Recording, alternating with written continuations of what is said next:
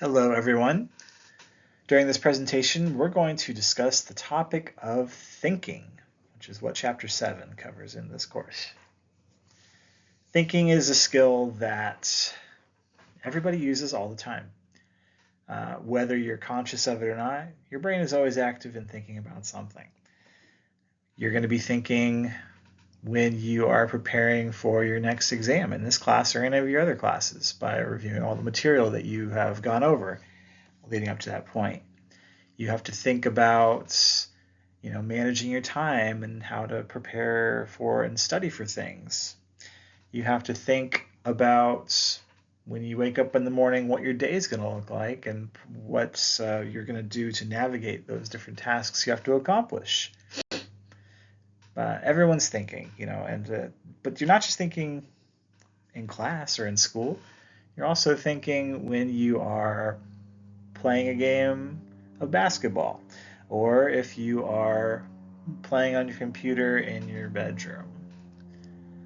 Whenever you're interacting with other people, like your classmates or your friends and family members, that requires a lot of thought.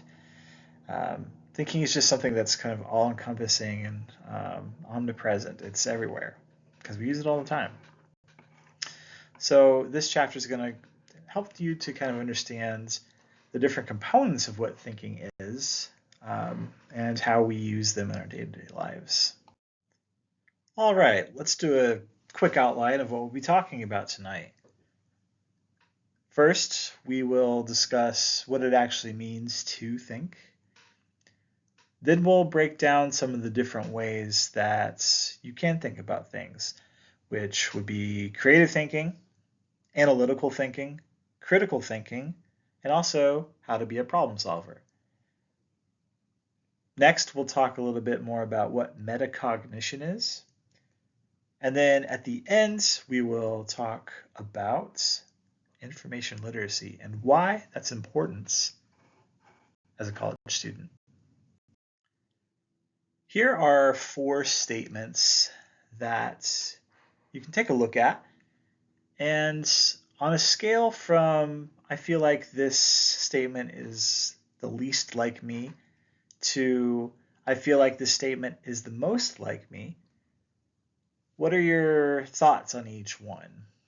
Go ahead and take a second to jot down how you feel about each of the 4. How do you feel about the statement, I understand how to approach problem solving? I have creative potential. I often think about how I'm learning. And I know how to find and evaluate valid information. Keep that record of that, and we'll go over these statements again at the end of the presentation, and you may just feel a little bit differently about 1, 2, or maybe all of them after we go through the information we're going to discuss. By the end of this presentation, you should be able to do the following. Describe thinking as a process and the reasons why it's important. Talk about the importance of creative thinking and the ways that we generate original ideas. Define analytical thinking, the different parts of analytical thinking, and what the outcomes of analytical thinking are. You should be able to articulate the process and importance of being a critical thinker. You should be able to describe the best approaches to solving a problem. You should be able to define metacognition and describe ways to become thoughtful about your thinking. And you should be able to define information literacy for college students, which is something that's very important in this day and age. What does it mean to think? Well, it's something that we always do. Whether you realize it or not, you're always thinking about something. It's a natural thing our body just does, just like breathing, sleeping, or eating. One way to frame what it means to think and the different ways that you do it is to focus on some of your hobbies and interests. By thinking about those things specifically, that's going to highlight all of the ways that you think about maybe that topic specifically, but then we can expand that to just how you think about things in general when they come up.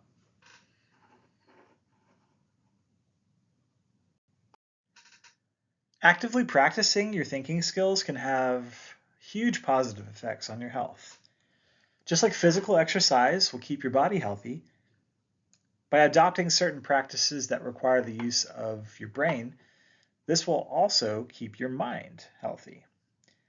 There have been some studies done that do show a correlation between increased practice of using mental skills with the rate of dementia or Alzheimer's occurring in the mind at later stages in life. Generally, it's thought that the more that you use your brain, just and flex it as like a muscle, the stronger and more resilient it will be in a lot of cases, or could possibly be, when it comes to contracting some of those memory issues later in life. There's a lot of things that you can do every day to practice those skills. Here are a couple of links to some of the common things that students and people in general use.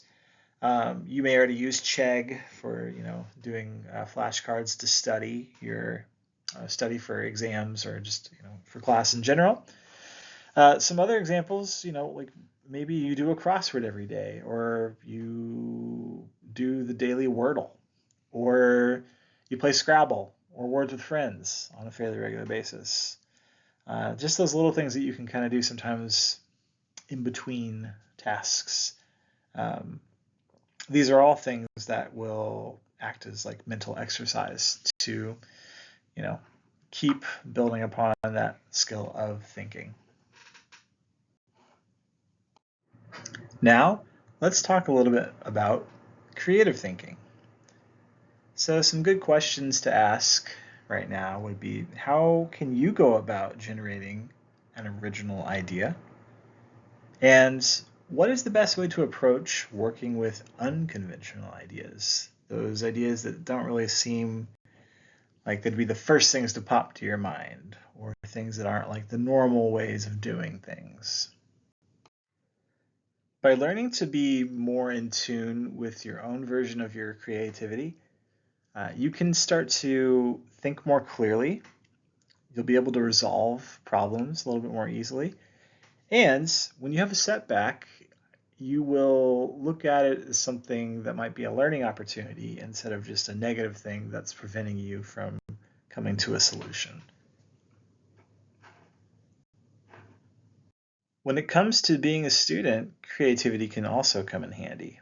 What are some things that you could do, or how could thinking creatively help you to become a better student or a stronger student? Maybe it could be something related to how you organize your time and your general day. Time management is definitely something that can be creatively applied. You could also possibly apply creative methods to approaching how you prepare for your midterm exam or an upcoming project that you have.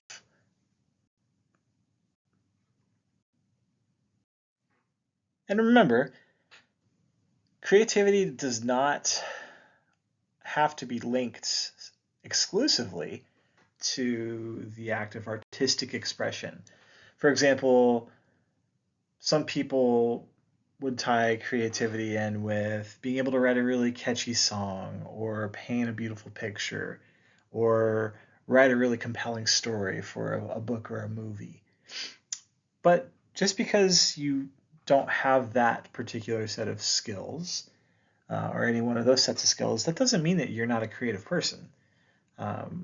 Creativity is really the highest level of thinking, and it's something that any person with any set of skills could potentially achieve.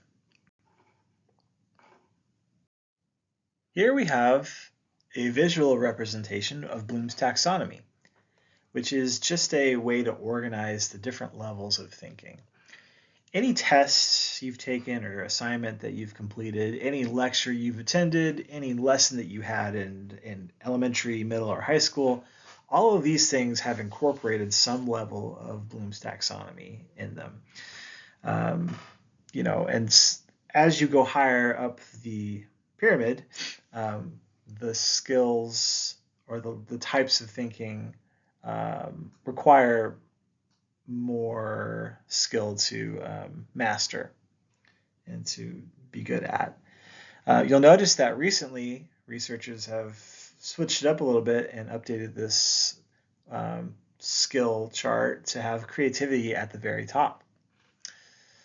So the act of inventing something or synthesizing a thing or putting things together to create something new is considered the highest level of thinking.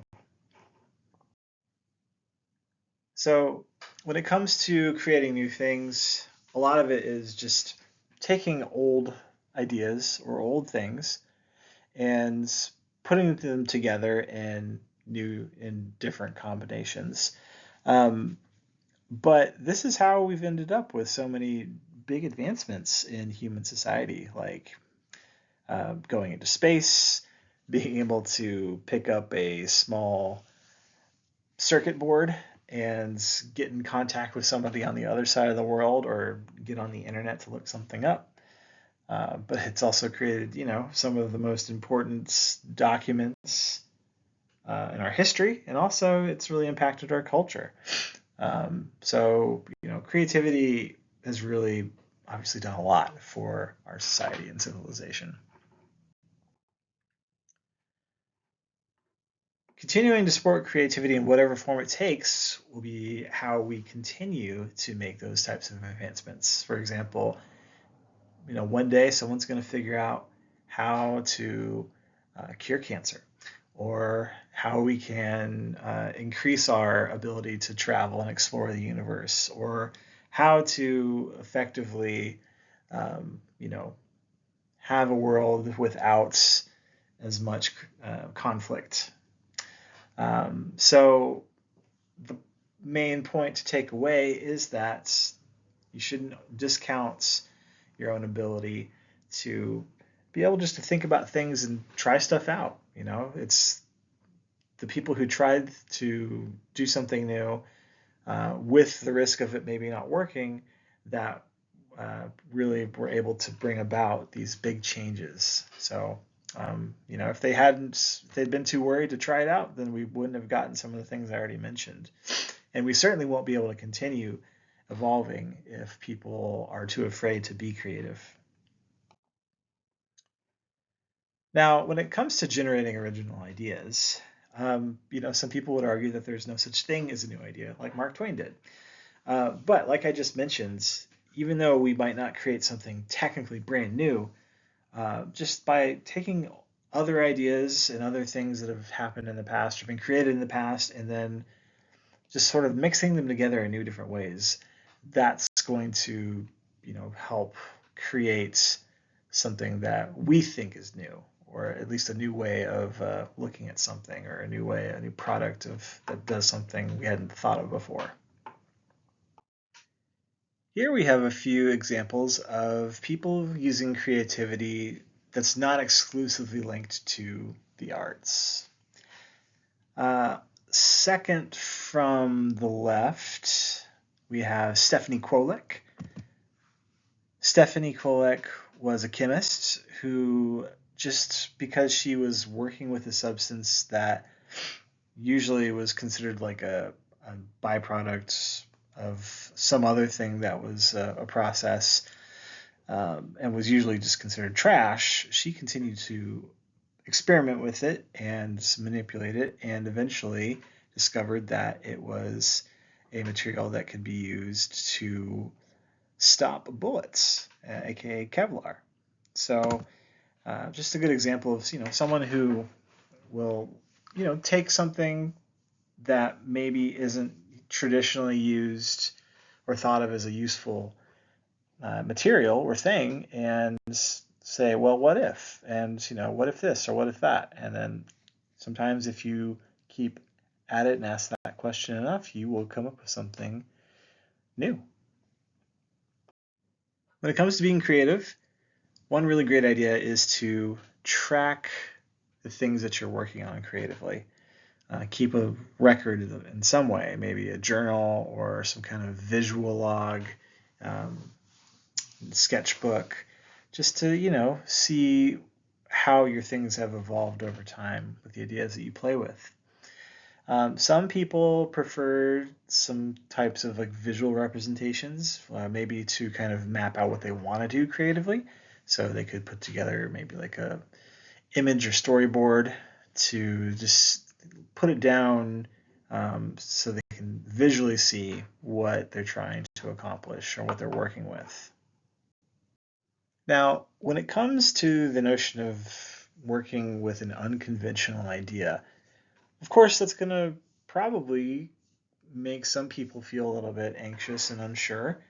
It's always kind of scary to try something new that's never been done before because you're not sure if it's going to work. Um, it may be a success, but a lot of times things just don't pan out, and that's okay. That's part of the process. Another challenge with putting forth and trying out unconventional things is that the general population may or may not really want to go with that because it's not something they're used to. Particularly if it's something that affects them and the way that they go about working on a problem or an issue. If they have to change something that they're used to doing, then they're probably going to be resistant to this unconventional idea that you might have.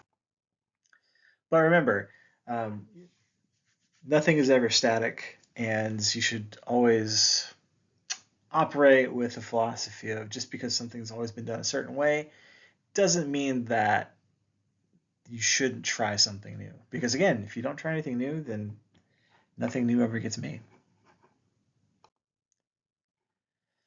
Also, when you're working with unconventional ideas, something that happens is that you start to hone in on how you tend to organize your thoughts. Organizing includes establishing a clear goal to accomplish, outlining the steps toward that goal, and monitoring progress with specific deadlines. So, do you set yourself up to be in the company of other creative people? Because if you do, creative people tend to bounce ideas off of each other in a really enthusiastic way.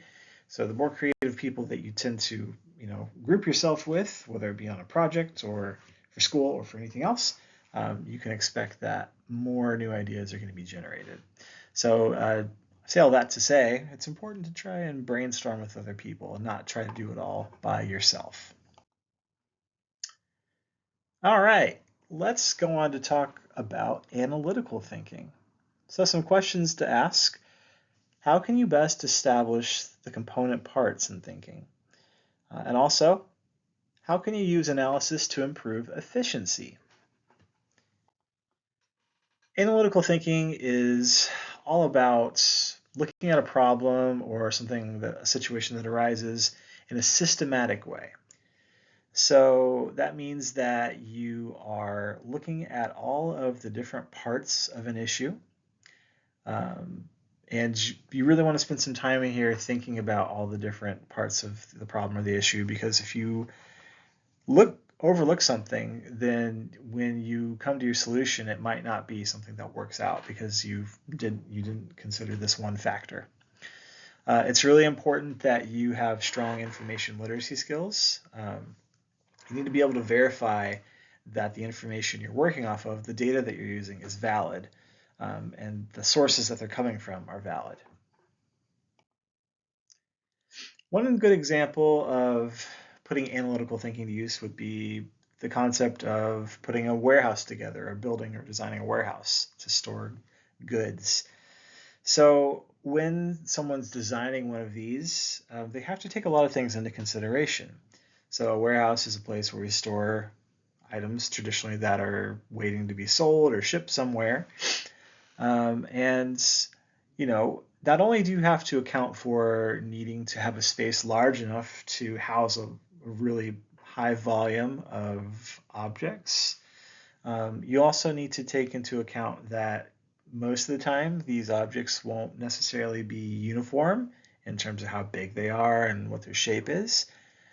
So they won't necessarily all fit together in like a really simple, easy way. Um, Also, you have to take into account that not only do you need to just have a place to store it, but you need to be able to have people working in the warehouse navigate through the space to go find the things that they need to get in that moment so they can pack it up to ship it off, or whatever's going to happen with that thing.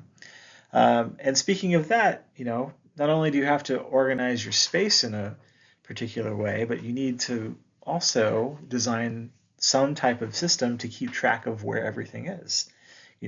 This image right here shows a really big warehouse. So if you don't have a strong sense of organization of, all these different things that you're managing in the warehouse, then even if you store it well, if you can't find it, then that's going to kind of defeat the purpose of having the storage space at all. So let's take a look at this through the lens of writing a research paper. How do we put together a good research paper?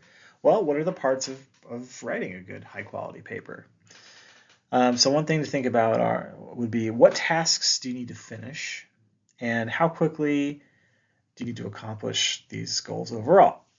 So some things that you can include on your list of tasks you need to do for getting this paper done would be to first generate ideas if there's not something already pre-selected.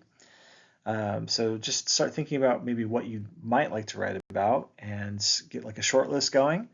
Then from that short list, pick your topic and then start researching that topic. You want to use a lot of different sources, review all the available literature, go to the library, check out books, look at different research articles, and also search the internet for maybe some other types of sources you can use. Once you have all your information, then you can start outlining your paper. Start to put together a general structure of, okay, well, I'm going to introduce the whole thing, and then I've got my points 1, 2, and 3 that I'm going to explain, then support, and then I'm going to wrap it all up in a conclusion. So once you have the general outline mapped out, then it's time to start drafting up the actual words and expanding upon your outline. And then once you have a first draft, you're going to want to review it.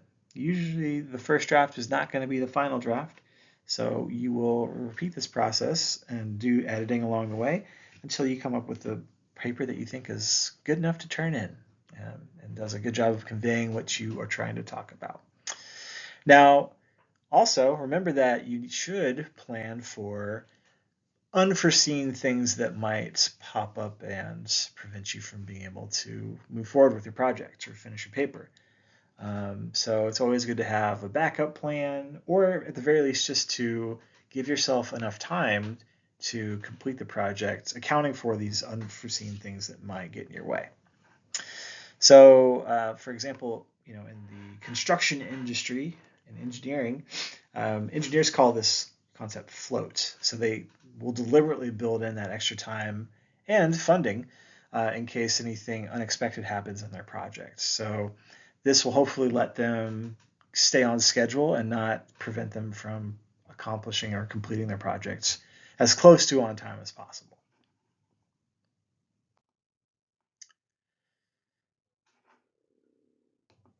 Here's some examples of some figures in history who came up with some really revolutionary ideas using analytical thinking. One would be Henry Ford, who drove the car, but also mainly also known for thinking of a way to produce vehicles in a more large scale sense. So basically, he was able to invent what we now call the assembly line, which allowed him to increase production and get more cars out there in the world, which obviously had a very big impact on American culture and how America developed over time since then. Also, Frederick Smith came up with the idea of the concept of having the ability to deliver some kind of parcel or package overnight anywhere in the country. People up until that point were probably just used to the classic like mail post, which could take quite some time depending on certain things. But he probably had the thought, well, why not be able to move things around the country faster? And then developed the appropriate thing to go along with that. Okay, next we're going to talk about critical thinking. So, questions ask, how can determining the situation help you think critically? How do you present informed, unbiased thinking? And what's the difference between factual arguments and opinions? One definition of critical thinking might be that it's some form of judgment that thinkers generate after a careful analysis of the perspectives, opinions, or experimental results present for a particular problem or situation. You are going to use the data basically to change a decision and validate your thinking. So when it's time for you to decide to maybe make your lunch for the day, maybe instead of just grabbing a bag of chips or something easy like pre-made to go, you might in that case be considered to be thinking critically, because when you're making that decision you have to have a plan. You're planning ahead, like you're thinking, okay, well, I need to have time to make my lunch, and so you're also as part of that planning process buying the food so that you can make that lunch, and then you also are factoring in time to prepare that lunch. What do you need to do? Like, are you making sandwiches? Are you going to be cooking and then packaging leftovers? And then you have to think about how you're transporting your lunch. Do you have Tupperware? Do you have a lunchbox? Do you need to refrigerate it when you get to work? So basically, these are all just examples of little things that you're constantly considering. You're weighing all your different options. You're thinking about the data that you know and have access to. Like, how much is this food going to cost? Or do I have enough time to put my lunch together in the morning? You'll be gathering opinions, and then you're going to start making some choices. And then you're going to evaluate those choices and see maybe if you should do something different. So all this goes into the general definition of what it means to be a critical thinker. An important step to critical thinking is to determine the problem. So what are you trying to solve? Critical thinking differs according to what you're thinking about, subject-wise. So you can get started if you do the following. Question all the things, then conduct some legitimate research. So, not just some casual, I found one article through a quick Google search, but, going a little bit deeper than that. You don't want to assume anything, so limit all your assumptions. You want to be able to use that research to really dig in and see what is happening and have that data to back it up. Also, it's important that you can recognize your own biases. We're human. We all have our own biases just based on a lot of factors growing up, and that's going to impact how we think. So it's important you be aware of those biases. And then, of course, you're going to gather and weigh all your different options. Are you going to, like we're talking about the lunch problem again, are you going to make a sandwich? Are you going to just take some extra food from leftovers from the evening before, which would require you to maybe plan ahead to make enough to have leftovers, or maybe some other options. Maybe you're just going to decide to take an easy day and go buy your lunch at school or work. It's also really important to recognize that changes are going to happen, and this is going to probably affect your conclusions both right now and in the future. Things do change. For example, cigarettes. People commonly smoked in the early 1900s because it was just seen as a relaxing thing to do, and there really weren't any consequences, they thought. We know a lot different now, but that's because new information came up and we had to reevaluate what it meant to be or to smoke tobacco. So you may eventually have to revisit these issues that you effectively thought you resolved previously, and you've got to adapt to the changing conditions. Knowing when to do that is another example of critical thinking. So, when do you need to be flexible? When should you know that parts of your plan need to change, and what parts are those? When it comes to bias, it's important to remember that facts are things that are verifiable through data that you can go find and that's been vetted. But opinions are beliefs without supporting evidence.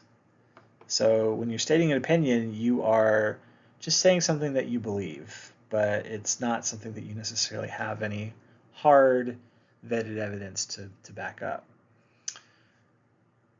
So when you're defending against bias, this is going to be an informed analysis where you find credible evidence to support the claim. So you need to go find some valid research maybe to back up something that you are trying to propose.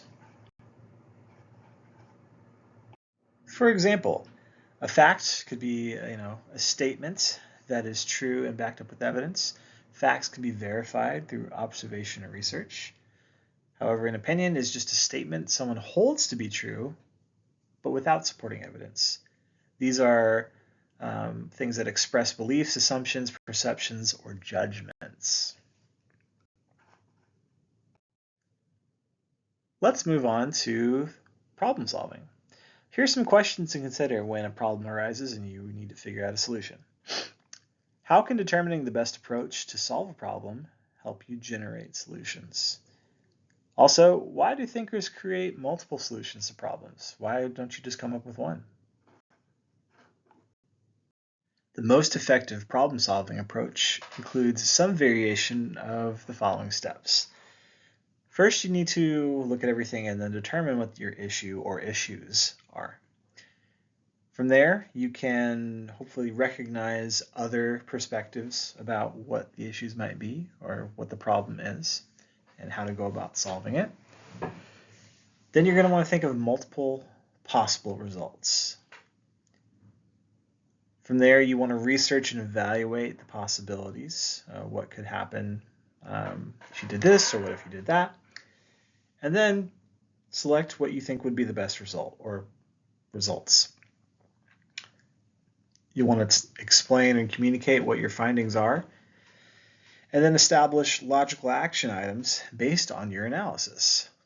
So people who have these skills are highly marketable in jobs, because jobs usually consist of a series of problems that need to be solved for production, services, goods, and sales to continue smoothly.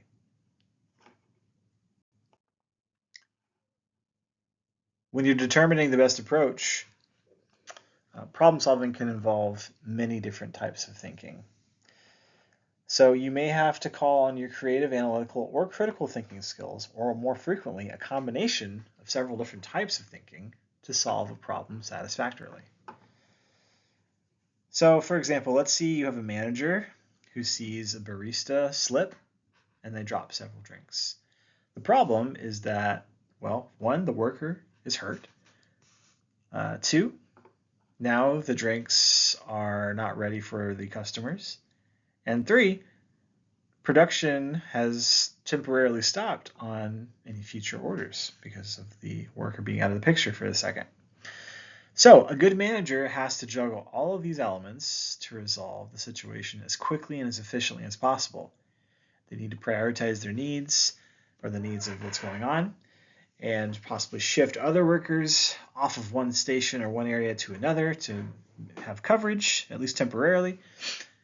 Obviously, you need to help your injured worker and figure out a solution to assist your customers who might be having to wait a little bit longer now that the drinks might be taking a little bit longer to get made.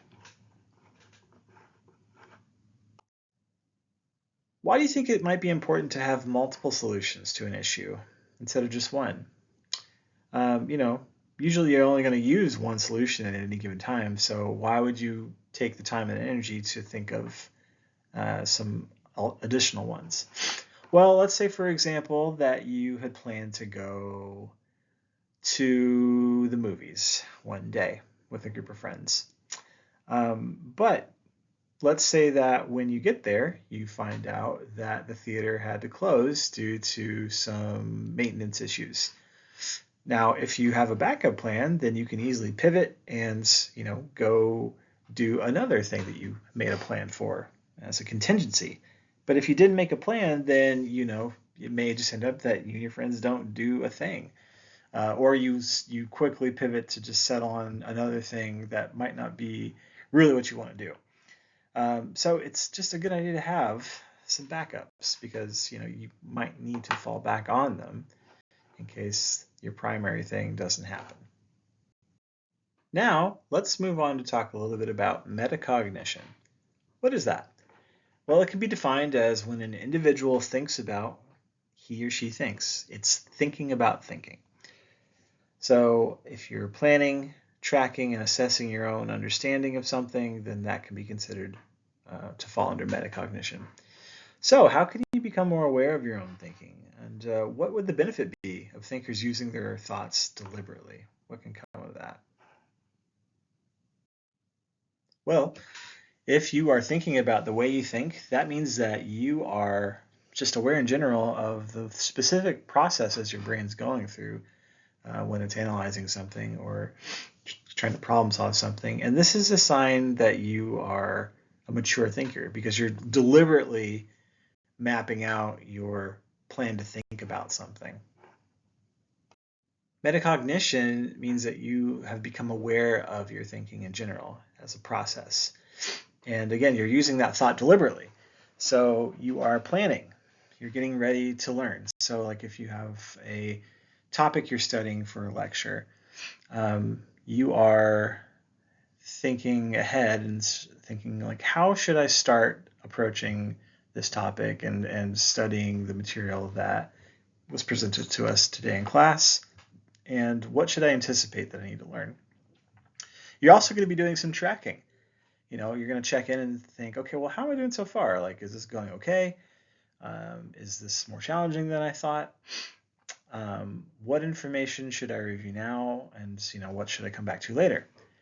And then you're also going to do some assessment. So once you've gone through the material, you want to know, well, how well do I actually understand this? And you're going to use that information to figure out, okay, well, what adjustments could I make when it comes to how I study? When looking at pieces of information or data that you are using, possibly maybe look at a problem and think about something creatively, analytically, or otherwise, it's important that you know how to interpret that information, to how to verify that information, and how to navigate using that information, and also where you can go to get the information from. All of this plays into what it means to be information literate. So, you definitely want to make sure that the source of your information or data is a valid source. It's something that's commonly accepted to produce accurate and true things. You also want to think about how you use resources to improve your thinking. What kind of tools do you use when you are needing to look things up or, gather information? And then also, where can you go if you need to get info? Where can you go to find print articles that you can use to refer to? Or where can you go to find any online resources that might be helpful to have? You should also consider the different types of systems that you could possibly use to manage your information resources.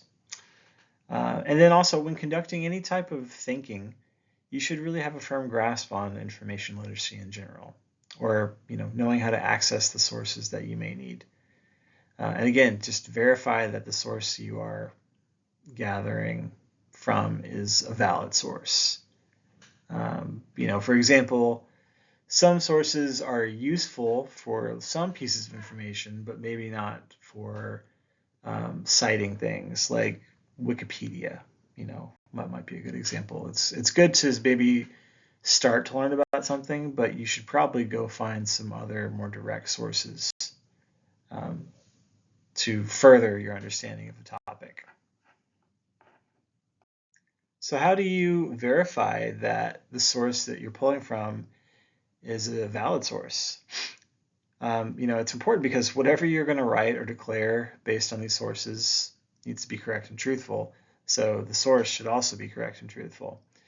Reliable sources present current and honest information that's going to be backed up with evidence you can check. So yeah, you want to make sure that when you're looking at something, look at the dates, see if it's something that's from current day, and then make sure that if you on a whim, like if you wanted to look up a particular fact or something that they have in this source that you're looking at, that you can go somewhere else to verify it. Any source that essentially says you should believe this because I said so, that's not a valid source for critical thinking. Because again, that's not being backed up. That's not fact, that's opinion. You should also be evaluating any books, articles, and websites for validity. But this can be challenging. But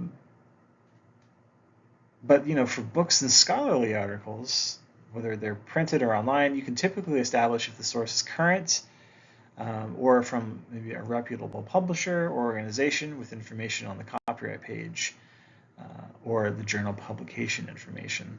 So using the UCF library tool is a great way to help ensure that you are looking at valid, truthful information. Typically, your most reliable sources of information online are going to be probably located in journals, like research journals, or possibly some research-oriented websites. And it's going to have a lot of information to help you, look into things further if you need to, like the names of the authors who contributed to that piece of work, what their credentials are, when the article was written, and some other pieces of info as well. It's also important to verify or to check to see if the thing you're looking at is peer-reviewed, which means that experts have independently read and verified that this information is quality and it's credible. So it's always, generally thought that if you are reading something that says it's peer-reviewed, that it should be good to go. But when things aren't necessarily peer-reviewed, it's still possible that the info that you're looking at might be more opinion than fact-based. Scholarly writing is typically going to be void of opinion. It's more like just making observations and reporting on facts and data. But if something is not reviewed by others independently, then it could maybe pose the opportunity for opinion to seep in. For instance, if you're looking at a website, you should determine who owns the site. Usually a lot of news sites are owned by bigger entities and organizations. And is that owner like a professional organization, such as maybe like a research-oriented place like the American Medical Association, or is it owned by like an entertainment conglomerate that might have other interests besides just truthful information?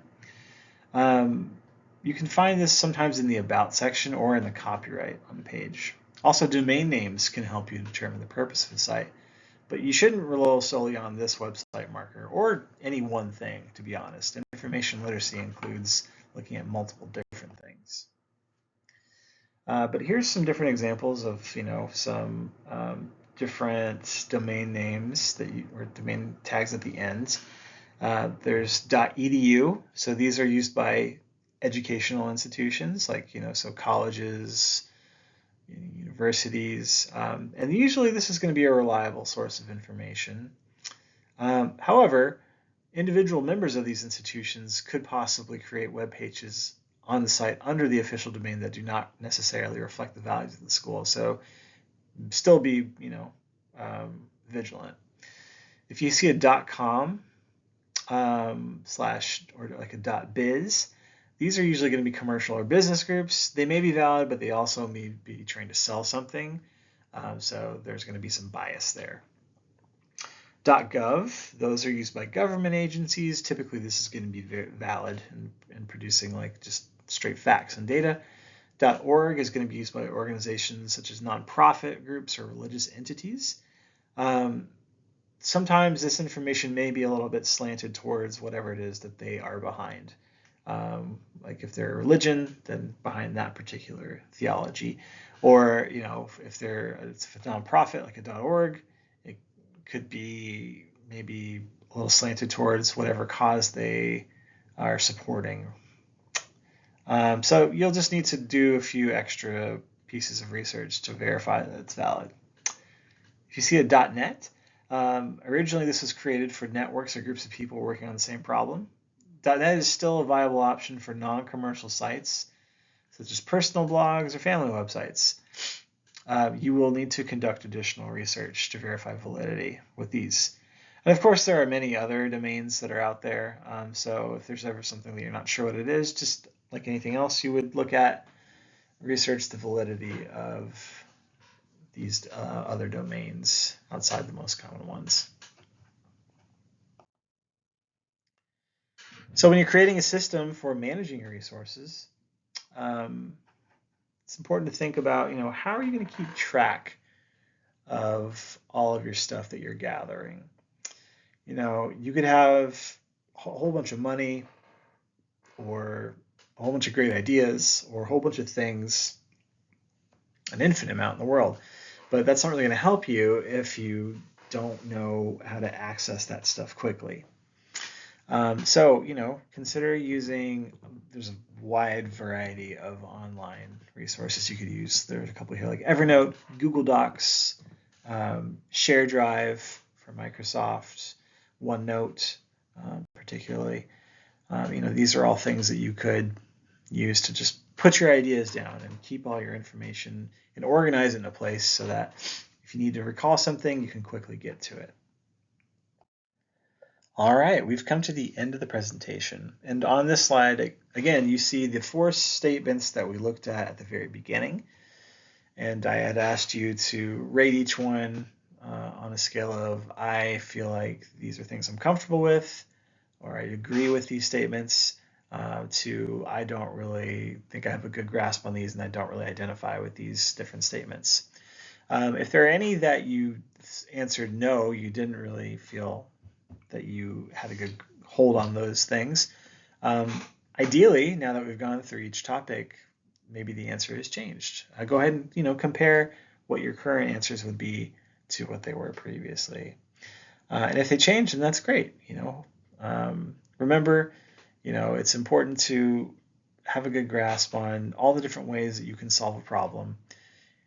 It's important to remember that anybody can be creative and has potential to create new and interesting things.